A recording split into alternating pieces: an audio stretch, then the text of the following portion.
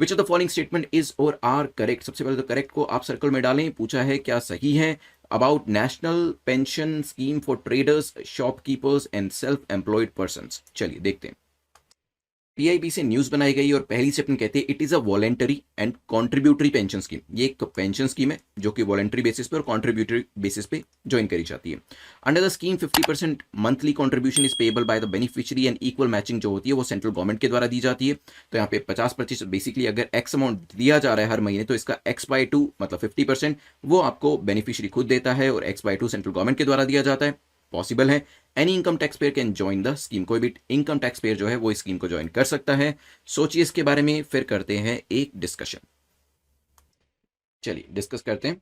तो यहां पर बात करी जाए क्या ये वॉलेंटरी स्कीम है? हाँ, कोई जबरदस्ती नहीं है, मर्जी है। अगर आप सेल्फ एम्प्लॉयड पर्सन है और चाहते हैं कि पेंशन आपको भी मिले तो स्कीम को ज्वाइन करो, क्योंकि देखिए गवर्नमेंट सेक्टर में भी कोई ऐसी पेंशन होती नहीं है। जो आपकी एनपीएस होती है उसके अंदर पैसा जो एम्प्लॉय होता है उसकी सैलरी से ही कटता है 50% पैसा, और वही 50% पैसा जो है वो जो आपकी सेंट्रल गवर्नमेंट होती है वो कंट्रीब्यूट करती है, राइट। उसी तरीके की जो स्कीम है अब ये गवर्नमेंट सेक्टर से बाहर लाकर इवन जो आपके सेल्फ एम्प्लॉयड पर्सन हैं उनको भी प्रोवाइड करी गई है, ठीक है। तो कुछ भी डिफरेंस नहीं है। देखिए अभी यहाँ पे बहुत अच्छी चीज करी जा रही है कि जो इक्वालिटी है वो करी जा रही है। ऐसा नहीं है कि just because you could not get a government job आपको ये फैसिलिटी नहीं दी जाएगी। तो पेंशन स्कीम है just like the government scheme, वहां पर भी 50% कॉन्ट्रीब्यूशन रहता है, यहां पर भी आपको 50% कॉन्ट्रीब्यूशन दिया जा रहा है। तो यस, सेकंड स्टेटमेंट तो मैंने आपको बता ही दिया।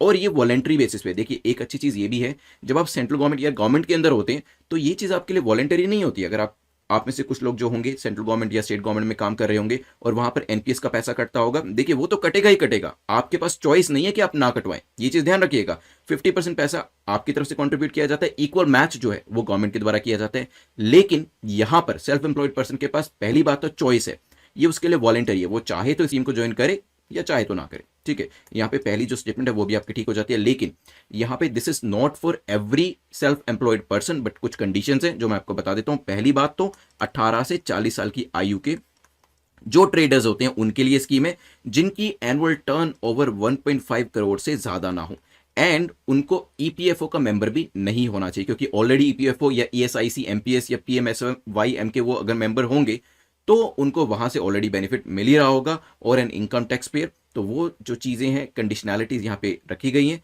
तो कुछ ही स्पेसिफिक लोग जो है इस स्कीम के अंदर पार्टिसिपेट कर सकते हैं, ध्यान रखिएगा। तो यहाँ पर क्या क्या कंडीशन डाली गई है? एज की कंडीशन डाली गई है, अमाउंट की कंडीशन डाली गई है, इनकम टैक्स पेयर की कंडीशन डाली गई है, और किसी पर्टिकुलर ऑर्गेनाइजेशन जो यहाँ पे नाम दिए ईपीएफओ वगैरह के वो मेंबर नहीं होने चाहिए। तो यहाँ पे किसको हेल्प करने की कोशिश करी जा रही है? ऐसे सेल्फ एम्प्लॉयड पर्सन जिनकी इनकम काफी कम है और उनको गवर्नमेंट के द्वारा सहायता देने की जरूरत है, ठीक है। और ऐसे सेल्फ एम्प्लॉयड पर्सन जिनको और किसी स्कीम के अंदर फायदा नहीं मिल रहा है। तो इसी वजह से काफी सोच समझ के ये जो क्लॉज है डाला गया। It's a good thing. So any income taxpayer can join the scheme? नहीं, ये तो मैंने आपको बता ही दिया, इट इज नॉट पॉसिबल। तो आंसर क्या हो जाएगा?